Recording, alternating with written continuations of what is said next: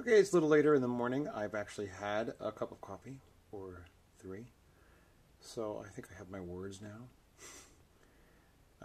This is a picture that I've had in my office. This is the office that Cook Cole's been using. My office is next door. I'll show you guys later. But I've had this picture up in my office for years. I think it's a Rockwell Kent block print from a set, and I don't know whether the set was by Robert Edmund Jones or Edward Gordon Craig. I have no idea. I should know. But anyway, this gestural quality here of these rectilinear lines and curvilinear lines, the sweep, and just the sort of all of the really deep cuts in sort of a primitive fashion spoke to me. So I took it, I mounted it on blackboard, and so it's always sort of been there. And then there's this piece left over from an idea from Threepenny Opera from last year. Anyway, back to the styrofoam for a second. So in thinking about it,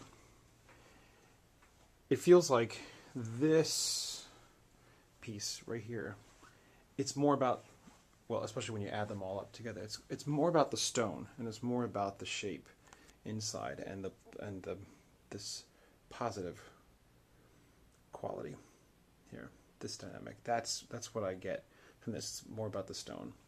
With this, it's more about the cuts and more about the human touch cutting into the stone. And I'm not saying that that's necessarily a good or a bad thing. I'm just saying that's what I was trying to say earlier. That there's this real difference in it. And one, I think it's about the material, and the other one, I think it's about the artist. What else did I want to? Oh, I wanted to share.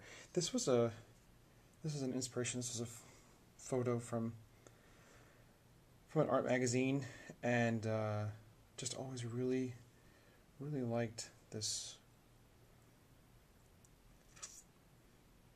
dynamic. We tend to use, or we've used these blocks because they're really cost efficient and easy to move and blah blah blah. So we use them in, I guess Chris Updike used them in Fuddy Mears, and I used 1 or 2, can't remember, 1 I think, in the Mikado. Anyway, so we're thinking about blocks that are notched as this sort of chopstick holder in our virtual museum space, travel space. And so I wanted to share that as well. And then this was another experiment that I worked with a little earlier, which I was really happy with. I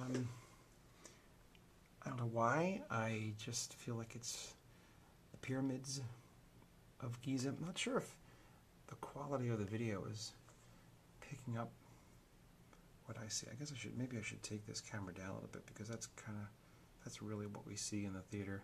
But I've put the stick from the back wall. Now I don't know whether it'll actually, the stick that we'll be able to use, because we have all these real-time issues of how do we keep it from bending. It has to be of a strong enough material that it won't bend, but it can't be so heavy that people can't lift it up, especially if they have airplanes on their heads.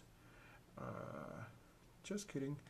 And but then taking these pieces and making them a set of ruins, I just totally got into it. So many things you can do with these few pieces. Love it.